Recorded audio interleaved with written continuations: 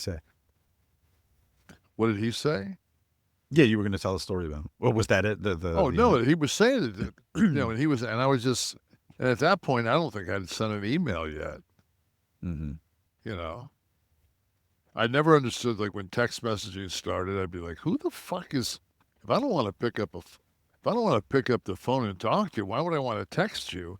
And then later on, you realize, oh, that's fucking why you text him, because you don't want to talk That's to so him. funny. I I get it. I was so down with that too. I was like, this happened in the reverse order. Right. First, we were supposed to be typing on the little typewriter in our hand.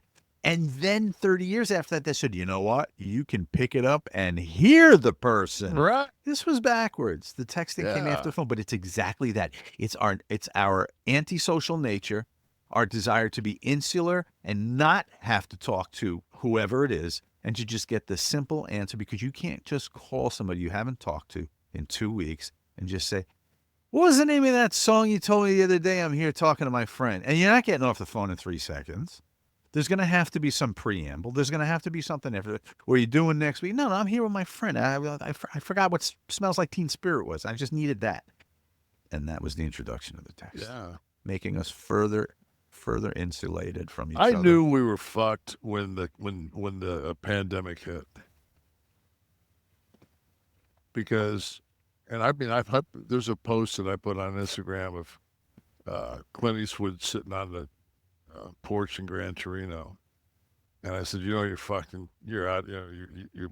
I don't remember what it was, but some of the fact is, when your life doesn't change during the pandemic, and mine really didn't. I mean, I got a key to the gym from the owner, and I went in the back there, and we put up posters on the wall, on the windows, and then people would pound on the front door, because they look through and see a light on there and think, oh fuck, I can get a workout. And I'd be like, you ain't got a key, motherfucker. You ain't getting in here. So you had the gym to yourself, basically. Yeah, Yeah. And that's your life anyway, right? The house, the gym, maybe a Jim. restaurant. I mean, You're happy cooking. yeah. Okay. I mean, I don't cook to, I don't eat to for taste. I eat for fucking nutritional value. That's true. So, I mean, cartons of egg whites, chicken breasts,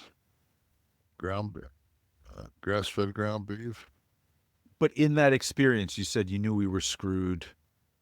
Yeah, because it wasn't like I was sitting there going, "Oh my God, how much longer?" Tamara T and I just kind of just did our thing. T Right. played his video games and played his music, and Tamara and I sat around, hung out. And the only problem was is we fucking, everybody drank, because You that told was me the about the problem. workout you got from carrying the garbage out, Oh carrying the Jesus, man! recycling out twice a week. I used to take the recycle out, and it looked like it was the fucking Sigma Newhouse, circa fucking 78 on campus. Jesus. We used to have, like, kind of like like a wine storage in the house, and the fucking we slowly, like, hammered through that. But wasn't it funny, of all the things, Matt, like, the liquor stores were like one of the first things, like, they were closed for a day and a half, and then the liquor stores were open. All the essentials got opened first. Yeah, food and liquor. Hospitals, clinics, liquor stores. There are a few industries that always do well during crises. Larry Dunn, big man, hitting high reps of 300 pounds on leg press. Impressive and very inspiring. Thank you for sharing your intimate ortho experiences. You helped me tremendously. At 61 years of age, one knee replacement 20 years ago, and a recent second scope on the other, plus multiple other ortho procedures, I'm back in the gym. Gratitude for putting your wellness journeys out there. I actually trained legs yesterday. I went, so 300 pounds on leg press is only like 345s on each side. It's like a pittance. Okay. But inspiring nonetheless for those that aren't No, I mean, yeah, considering it a but for pittance. me, it's like fuck. I feel like I'm. Twisted Radio. I'm sure Sean doesn't really care, but don't feel bad about falling out of touch. All of us fall behind eventually, and it's only a matter of time. Life will bury us before we go 6 feet deep. Our mindsets will build a wall up, and you will never leave. Yeah. I mean, I feel If you feel that way, my mind becomes more insular. I feel like, when I hear it, Kevin, when I can't relate to current media, music, and I hate that I hear myself say those things. But and I do it with wrestling every week. I was, I guess, called out last week for being too critical of today's product and trying to live in the past. And maybe it's true. I said I'm out of touch. I've aged out. When we talk about the Yeet thing, I wasn't on the Yeet train well, I with mean, everybody. I think that you have to look at. I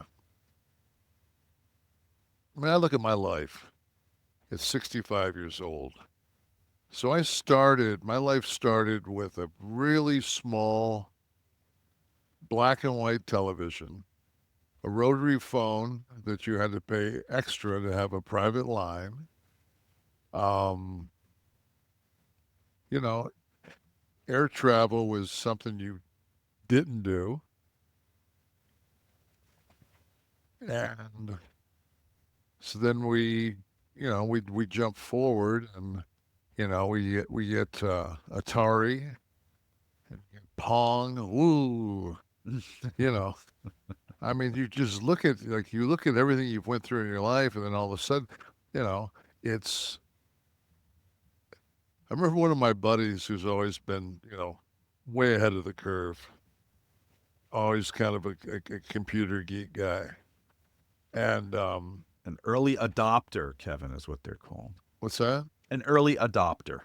No, this is a guy that before it was even a thought pattern in general was saying, someday people will buy houses on the internet. And I'm like, you're gonna buy a fucking $500,000 house and not fucking physically walk through it. He goes, yeah, people will do it. And I'm thinking to myself, like, get the fuck out of here. And people do it. Mm-hmm. So What did he say? what did he say? Yeah, you were going to tell a story about him. What was that? It Oh no, he was saying that, and I was just, and at that point, I don't think I'd sent an email yet. Mm-hmm. You know, I never understood like when text messaging started. I'd be like, who the fuck is? If I don't want to pick up the phone and talk to you, why would I want to text you? And then later on, you realize, oh, that's fucking why you text them because you don't want to talk to them. Well, the pandemic was a very unique situation. I think liquor stores are on there. Also, strangely, not for the pandemic, but for like crises like financial difficulties. Casinos. I was always interested to see in bad economies, casinos did well. You know what the other one is? Strip clubs. Bad economy, man. Fucking strip clubs always cook. Right. Interesting. We'll drill down into that.